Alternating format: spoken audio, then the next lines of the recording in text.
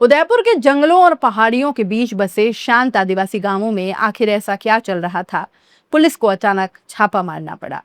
क्यों 20 गांवों से आए 200 से ज्यादा लोगों की सभा के बीच से 3 पादरियों समेत 11 लोगों को गिरफ्तार किया गया?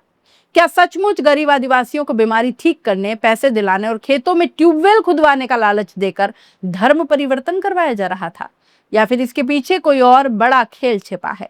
और सबसे बड़ा सवाल, क्या राजस्थान के आदिवासी इलाकों में पिछले कई सालों से एक ऐसा नेटवर्क काम कर रहा था जिसकी भनक प्रशासन को अब जाकर लगी है? आज की रिपोर्ट सिर्फ एक गिरफ्तारी की खबर नहीं, ये कहानी है उस संघर्ष की जहां आस्था, गरीबी, लालच, डर और कानून आमने सामने खड़े दिखाई देते हैं। उदयपुर जिले के ऋषभदेव क्षेत्र का कानूवाड़ा बिलखाई गांव एक छोटा सा आदिवासी गांव, लेकिन पिछले कुछ दिनों से यहाँ कुछ ऐसा हो रहा था जिसने पूरे इलाके में हलचल मचाकर रख दी। गांव में लगातार प्रार्थना सभाएं आयोजित की जा रही थी। आसपास के गांवों से लोगों को बुलाया जा रहा था और दावा किया जा रहा था कि यहाँ आने से बीमारियां दूर हो जाएंगी, आर्थिक परेशानियां खत्म हो जाएंगी और जीवन बदल जाएगा। लेकिन जब ग्रामीण नानालाल कलासुआ ने इन गतिविधियों पर सवाल उठाया तो मामला सीधे पुलिस तक पहुंच गया। 6 जून को पुलिस को सूचना मिली कि गांव में चल रही सभा के दौरान लोगों को हिंदू धर्म छोड़कर ईसाई धर्म अपनाने के लिए प्रेरित किया जा रहा है। सूचना मिलते ही पुलिस टीम मौके पर पहुंची और जब पुलिस वहां पहुंची तो नजारा चौंकाने वाला था।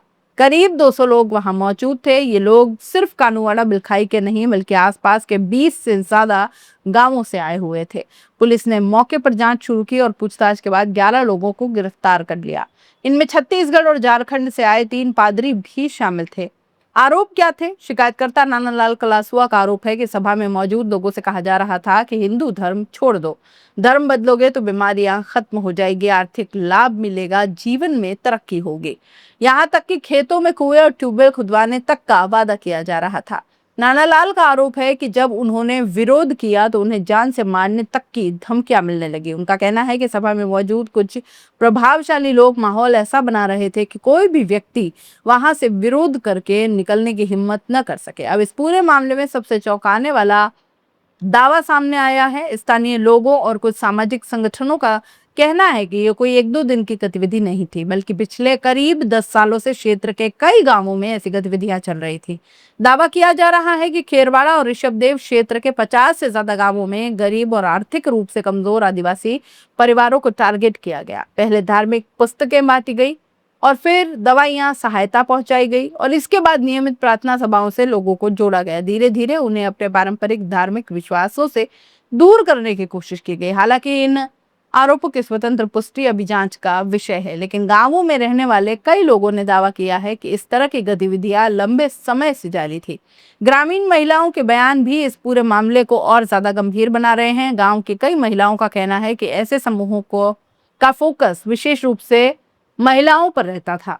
महिलाओं को पहले धर्म सभाओं में जोड़ा जाता, फिर उन्हें रिश्तेदारों और परिचितों को भी साथ लाने के लिए प्रेरित किया जाता। कुछ महिलाओं ने यह भी आरोप लगाया कि गांव के प्रभावशाली लोगों का दबाव इतना ज्यादा था कि खुलकर विरोध करना मुश्किल हो गया। कई परिवार डर के माहौल में जी रहे थे। ये लोगों को बीमारी के नाम पर सबसे ज्यादा प्रभावित किया जाता था। उन्हें बताया जाता था कि उनकी परेशानियां सिर्फ प्रार्थना से दूर हो सकती है, उनकी आर्थिक स्थिति सुधर जाएगी, उनके बच्चों का भविष्य बेहतर हो जाएगा। लेकिन गांव के कई लोगों का कहना है कि वर्षों तक ऐसी सभाओं में शामिल होने के बावजूद उनकी समस्याओं का कोई समाधान नहीं हुआ। न बीमारी खत्म हुई, न आर्थिक स्थिति में कोई बदलाव आया। मामला सामने आने के बाद उदयपुर सांसद डॉक्टर मन्नालाल रावत भी गांव पहुंचे। उन्होंने ग्रामीणों से बातचीत की और कहा कि यदि किसी पर धर्म परिवर्तन का दबाव बनाया जाता है तो उसकी तुरंत शिकायत करनी चाहिए।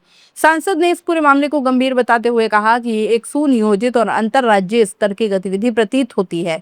उन्होंने कहा कि क्षेत्र की मूल सांस्कृतिक पहचान और परंपराओं को सुरक्षित रखना आवश्यक है। फिलहाल पुलिस इस मामले को बेहद गंभीरता से जांच रही है। गिरफ्तार सभी 11 आरोपियों से पूछताछ की जा रही है, उनके मोबाइल फोन खंगाल रहे हैं, बैंक खातों की जांच चल रही है और ये पता लगाने की कोशिश की जा रही है कि कहीं इस पूरे मामले के पीछे कोई संगठित आर्थिक नेटवर्क तो नहीं था। पुलिस ये भी जांच रही है कि क्या दूसरे राज्यों से फंडिंग का, किसी प्रकार का वित्तीय सहायता कहीं से कोई भेज रहा हो। जांच के नतीजे आने के बाद ही पूरे मामले की वास्तविक तस्वीर साफ हो पाएगी। लेकिन इस पूरे घटनाक्रम के बाद कुछ सवाल ऐसे हैं जिनका जवाब सिर्फ जांच ही दे पाएगी। क्या वास्तव में लालच और दबाव देकर धर्म परिवर्तन करवाया जा रहा था? क्या गरीब आदिवासियों की आर्थिक मजबूरियों का फायदा उठाया जा रहा था? क्या वर्षों से कोई बड़ा नेटवर्क गांव गांव तक पहुंच चुका था? या फिर मामला उतना सीधा नहीं है जितना कि पहली नजर में दिखाई पड़ता है। फिलहाल एक बात तो साफ है, उदयपुर के आदिवासी इलाकों में सामने आया ये मामला सिर्फ 11 गिरफ्तारियों तक सीमित नहीं है। ये उस वक्त को फिर से जिंदा कर रहा है जो कि वर्षों से देश में चलती रही है। आस्था की स्वतंत्रता और प्रलोभन देकर धर्म परिवर्तन के आरोपों के बीच जांच, आखिर वो रेखा कहां है जिसे पार नहीं किया जाना चाहिए। जांच जारी है, आरोपी पुलिस रिमांड में है, मोबाइल और बैंक खातों की पड़ताल हो रही है और पूरा राजस्थान अब इस मामले की अगली परत खुलने का इंतजार कर रहा है। क्योंकि अगर आरोप सही साबित होते हैं तो ये सिर्फ एक गांव या जिले की कहानी नहीं होगी, बल्कि देश के आदिवासी इलाकों में चल रहे एक बहुत बड़े नेटवर्क की कहानी बन सकती है। आप इस पूरे मामले पर क्या कहना चाहते हैं? अपने राय कमेंट बॉक्स में लिख भेजिए। जाते जाते चैनल को लाइक, शेयर और सब्सक्राइब जरूर कर दीजिए। नमस्कार।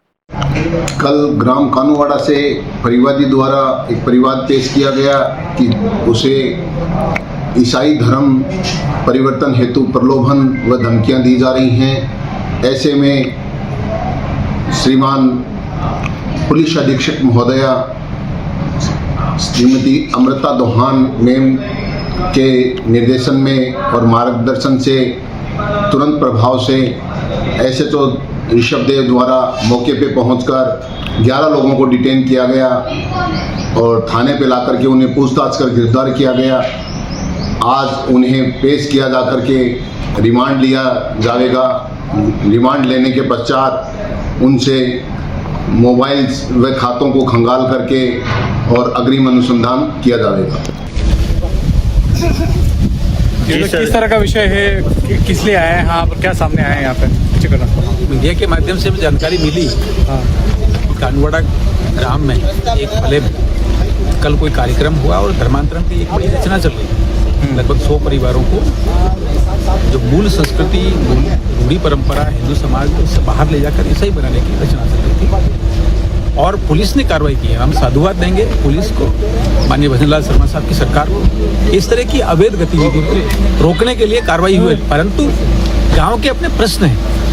समाज क्या विचार करता है, क्या पूरी बात है, उसको समझने के लिए हम यहाँ कानूवाड़ा गांव में आए हैं। सभी ग्रामीण जन से चर्चा हुई है और चर्चा में 2-3 बिंदु निकल कर आए। नंबर 1, ये ईसाई बनाने की आवश्यकता क्या, क्यों बना रहे हैं? क्योंकि समाज अनुसूचित जनजाति है, आदिवासी समाज है, तो उसी परंपरा में रहना चाहता है, उसी में रहना चाहता है, रहकर विकास करना चाहता है। एमके जैन क्लासेस 40 वर्षों से हर स्तर पर बेहतर परिणाम। क्लास नर्सरी से 12वीं तक की स्कूलिंग और कोचिंग, मेडिकल, IIT और फाउंडेशन की तैयारी। एडमिशन ओपन, आज भी संपर्क करें बेहतर परिणाम के लिए। MK Jain classes, Hiran Magri, sector 5। MK Jain classes 40 वर्षों से हर स्तर पर बेहतर परिणाम। क्लास नर्सरी से 12वीं तक की स्कूलिंग और कोचिंग, मेडिकल, IIT और फाउंडेशन की तैयारी। एडमिशन ओपन, आज भी संपर्क करें बेहतर परिणाम के लिए। MK Jain classes, Hiran Magri, sector 5।